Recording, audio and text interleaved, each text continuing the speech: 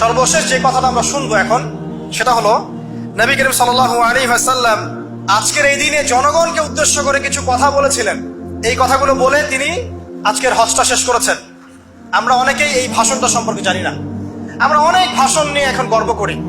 নবী করিম সাল্লাল্লাহু আলাইহি ওয়াসাল্লামের এই যে সর্বশ্রেষ্ঠ ভাষণ, এটা কতজন জানেন? বিদায় হজের ভাষণ। কতজন জানেন বিদায় হজের ভাষণে নবী সাল্লাল্লাহু আলাইহি ওয়াসাল্লাম কি বলেছিলেন উম্মতকে? আমরা একটু আপনাদেরকে শোনাবো, শুনিয়ে ইনশাআল্লাহ লেকচারটা শেষ করব। নবী করিম সাল্লাল্লাহু আলাইহি ওয়াসাল্লাম আজকের এই দিনে 31টা বিষয়ে উম্মতকে নির্দেশ দিয়েছেন। 31টা বিষয়, সবগুলো বলার সময় পাওয়া যাবে না, আমি কয়েকটা কথা বলছি। খুব ভালো হতো যদি আমি অ্যারাবিকটা বলার পরে বাংলাটা বলার সময় পেতাম। আমার হাতে 5 মিনিট সময় আছে, কারণ অ্যারাবিকটার যে ভাব গাম্ভীর্যটা বাংলায় আসলে আসবে না। তারপর আমি চেষ্টা করছি। নবী করিম সাল্লাল্লাহু আলাইহি ওয়াসাল্লাম সবার সামনে দাঁড়িয়ে দীর্ঘ 23 বছর অক্লান্ত পরিশ্রম করে দাওয়াতি মিশন কমপ্লিট করার পরে সবাইকে সমবেত করে একটা হজ করলেন। হজ করার পরে তিনি গুরুগম্ভীর কণ্ঠে বলছেন, হৃদয়ের সমস্ত আবেগ বের করে দিয়ে বলছেন, হে জনগণ, আইয়ুহান নাস, হে জনগণ, আমি জানি না আজকের পর তোমাদের সাথে আমি কখনো মিলিত হতে পারবো কিনা। একটু চিন্তা করেন, সাহাবীরা সামনে দাঁড়িয়ে আছেন, নবীজি দাঁড়িয়ে এই কথাটা বলছেন, হে জনগণ, আমি জানি না আজকের পরে আমি তোমাদের সাথে মিলিত হতে পারবো কিনা। অতএব যে ব্যক্তি আজকে আমার এই কথাগুলোকে স্মরণ রাখবে, সে যেন অন্যের কাছে এই কথাগুলো পৌঁছে দেয়। হতে পারে যার কাছে পৌঁছে দেওয়া হচ্ছে সেই এই কথাগুলোকে বেশি সংরক্ষণ করতে পারবে। আল্লাহ পাক তার প্রতি রহম করুন যে আমার এই কথাগুলোকে অন্যের কাছে পৌঁছে দিবে। নবীজির ভাষণ। এরপর নবীজি বলছেন, জেনে রাখো নিশ্চয়ই তোমাদের পরস্পরের, মুসলিমদের পরস্পরের সম্পদ, পরস্পরের রক্ত, পরস্পরের এই যে জান মাল ইজ্জত, এগুলো একে অপরের জন্য হারাম। মুসলিমদের পরস্পরের রক্ত, পরস্পরের ইজ্জত সম্মান একে অপরের জন্য হারাম। এর হানি করা একে অপরের জন্য হারাম। ঠিক যেমন আজকের এই দিন হারাম, এই শহর হারাম, এই মাসও হারাম। নবী করিম সাল্লাল্লাহু আলাইহি ওয়াসাল্লাম বলছিলেন, জেনে রাখো 3টা বিষয়ে যেন তোমাদের অন্তর কখনো খেয়ানত না করে। 3টা বিষয়ে তোমাদের অন্তর যেন কখনো খেয়ানত না করে।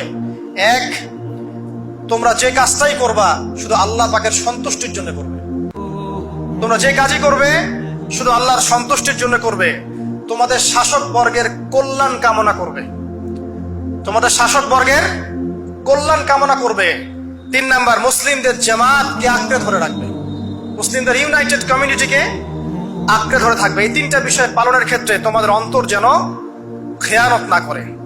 এদিন সূর্য ঢলে যাওয়ার পরে নবী সাল্লাল্লাহু আলাইহি ওয়াসাল্লাম আরো বললেন, শুনে রাখো হে মানব জাতি, এটা ভালো করে শোনেন, শুনে রাখো হে মানব জাতি, নিশ্চয়ই আমি মুহাম্মদ সাল্লাল্লাহু আলাইহি ওয়াসাল্লাম জাহেলি যুগের যত কুপ্রথা আছে সমস্ত কুপ্রথাকে আমার পায়ের তলে পিষ্ট করে গেলাম। জাহেলি যুগে কি ছিল ভাই? শিরিক ছিল, সুদ ছিল, মাদক ছিল, নারীর অবমাননা ছিল, কন্যা সন্তানকে দাফন করা হতো, রক্তক্ষয়ী হানাহানি মারামারি কাটাকাটি ছিল। এগুলো সবকিছুকে আমি আমার পায়ের তলে দাফন করে গেলাম। এটা কি দাফন হয়েছে? তিনি বলছেন, নিশ্চয়ই আমি জাহেলি যুগের সুদকে আমার পায়ের তলে পিষ্ট করে যাচ্ছি। সর্বপ্রথম যার সুদ আমি পিষ্ট করছি তিনি হচ্ছেন আব্বাস ইবনে আব্দুল মুত্তালিব, আমার চাচার সুদ। নিজের পরিবার থেকে দৃষ্টান্ত স্থাপন করলেন। তিনি আরো বললেন, হে উপস্থিত জনগণ, তোমরা মেয়েদের ব্যাপারে সতর্ক থাকবে এবং তোমাদের স্ত্রীদের ব্যাপারে সতর্ক থাকবে, তাদের হকের ব্যাপারে সতর্ক থাকবে, কেননা তোমরা তাদেরকে আল্লাহর কালিমার মাধ্যমে হালাল করে নিয়েছো। অতএব তাদের ব্যাপারে তোমরা সতর্ক থাকবে। তোমাদের উপর তাদের হক হচ্ছে তোমরা যা খাবে, যা পরবে, তাদেরকেও তাই খাওয়াবে, তাই পরাবে। আর তাদের উপর তোমাদের হক হচ্ছে তারা তোমাদের বিছানায় এমন কাউকে আসতে দিবে না যাদেরকে তোমরা অপছন্দ করো। নবী করিম সাল্লাল্লাহু আলাইহি ওয়াসাল্লাম আরো বলছেন, এই দিন আইয়ুহান নাস, হে মানব জাতি, তারাকতু ফিকুম আমরাইন, জেনে রাখো আমি তোমাদের সামনে মাত্র 2টো বস্তু ছেড়ে গেলাম। কয়টা বস্তু? লাম তাদিল্লু মা তামাসসাকতুম বিহিমা, তোমরা কোনোদিন পথভ্রষ্ট হবে না যতদিন এই 2টা বস্তুকে আঁকড়ে ধরে থাকবে। কিতাব আল্লাহ, আল্লাহর কিতাব, ওয়া সুন্নতে নবীহি, এবং তার নবীর সুন্নাহ। তিনি আরো বললেন, আল মুসলিম, জেনে রাখো প্রকৃত মুসলিম সে ব্যক্তি, মান সালিমাল মুসলিমুনা মিন লিসানিহি ওয়া ইয়াদিহি, যে ব্যক্তির হাত এবং জবান থেকে অন্য মুসলিম নিরাপদ থাকে সেই ব্যক্তি হচ্ছে প্রকৃত মুসলিম। আল মুহাজির, আর প্রকৃত মুহাজির সে ব্যক্তি, মান হাজারা মা নাহাল্লাহু আন, আল্লাহ পাক যা নিষেধ করেছেন সেখান থেকে যে দূরে থাকে সেই ব্যক্তি প্রকৃত মুহাজির, মানে হিজরতকারী। তিনি আরো বললেন, মনে রেখো আমি তোমাদের সবার আগে হাউজে কাউসারে চলে যাব, সুবহানাল্লাহ, এবং সেখানে আমি তোমাদের জন্য অপেক্ষা করতে থাকবো। অতএব শোনেন, অতএব তোমরা আমার চেহারাকে কালিমালিপ্ত করো না, মানে আমার চেহারায় কালিমালিপ্ত করো না, আমার নাম নষ্ট করে দিও না। আমি তোমাদের সংখ্যাধিক্য দেখে আল্লাহর কাছে গর্ব করব, আমাকে তোমরা অপমানিত করো না। আজকে কি আমরা তার দায়িত্ব পালন করে উম্মাহ হতে পেরেছি? নবীজি বলেছেন, তা আমার চেহারাকে কালিমালিপ্ত করো না, সুবহানাল্লাহ। তিনি বলছেন, ওই সময় কিছু মানুষ থেকে আমি মুক্ত হয়ে যাব, আর কিছু মানুষ আমার থেকে মুক্ত হয়ে যাবে। বলা হলো, কারা ইয়া রাসূলুল্লাহ? তিনি বলছেন, আল্লাহ পাককে আমি বলবো, ইন্নাহুম মিন্নি, হে আল্লাহ এরা আমার উম্মাহ, এরা আমার উম্মত, আমার সাহাবী।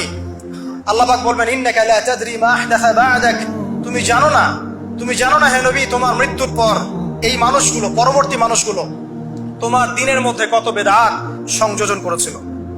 তিনি আরো বলেছিলেন, হে জনগণ জেনে রাখো, প্রত্যেক পরিবারের জন্য প্রতি বছর একটা করে পশু জবাই করার বিধান, প্রত্যেক পরিবারের জন্য, সামর্থ্যবান পরিবারের জন্য প্রত্যেক বছর একটা করে পশু জবাই করার বিধান রয়েছে। তিনি আরো বললেন, মনে রাখো একজনের অপরাধের শাস্তি আর একজন কখনো পাবে না, আর বাবার দোষে ছেলে কখনো দুষ্ট হবে না, ছেলের দোষে বাবাও কখনো অপরাধী হবে না। তিনি আরো বললেন, জেনে রাখো হে মানব জাতি, নিশ্চয়ই শয়তান এই বিষয় থেকে নিরাশ হয়ে গেছে যে তোমরা শয়তানের ইবাদত করবে। শয়তান নিরাশ হয়ে গেছে, কিন্তু শয়তান নিরাশ হয়নি একটা বিষয় থেকে, যে তোমরা একে অপরে হানাহানি, কাটাকাটি, ফিতনা, ফাসাদে ব্যস্ত থাকবে, যেমনটা এখন আমরা করছি। আমরা কিন্তু সরাসরি কখনো শয়তানের ইবাদত করছি না, করছি, কিন্তু মুসলিমরা এখন পরস্পরে হানাহানি, কাটাকাটি, ফাসাদে লিপ্ত আছে। তিনি আরো বললেন যে একজন মুসলিমের জন্য হালাল নয় অন্য মুসলিমের সম্পদ আত্মসাৎ করা, যতক্ষণ না সে স্বেচ্ছায় খুশি মনে তোমাকে সম্পদ প্রদান করে। অতএব তোমরা একে অপরের প্রতি জুলুম করবে না। তিনি আরো বললেন, সাবধান, আমার ইন্তেকালের পরে তোমরা একে অপরের গর্দান উড়িয়ে কাফের হয়ে যেও না। সাবধান, আমার ইন্তেকালের পর তোমরা একে অপরের গর্দান উড়িয়ে কাফের হয়ে যেও না। তিনি আরো বলেছেন, একজন মুসলিম আরেকজন মুসলিমকে গালি দিতে পারে না। যদি একজন মুসলিম আরেকজন মুসলিমকে গালি দেয়, এটা হচ্ছে ফাসিকি, এবং একজন মুসলিম যদি আরেকজন মুসলিমের সাথে যুদ্ধ করে, এটা হবে এক প্রকার কুফরি। তিনি আরো বলেছেন, হে জনগণ জেনে রাখো, আমার পরে কোনো নবী নেই, আর আমার পরে তোমরা ব্যতীত আর কোনো উম্মত নেই। এর চেয়ে স্পষ্ট কথা হতে পারে? আমার পরে কোনো নবী নেই, আর আমার পরে তোমরা ছাড়া কোনো উম্মত নেই। তাহলে আমরা যখন নতুন নতুন নবী বানিয়ে নিচ্ছি, কোন কোন ক্ষেত্রে বলছি একজন ব্যক্তি ছিলেন, সে নিজে ঈসাও ছিল, সে মাহদিও ছিল, সে নবীও ছিল, নাউযুবিল্লাহ। এবং দিন দিন মানুষ এই খাতায় নাম লেখাচ্ছে, সুবহানাল্লাহ।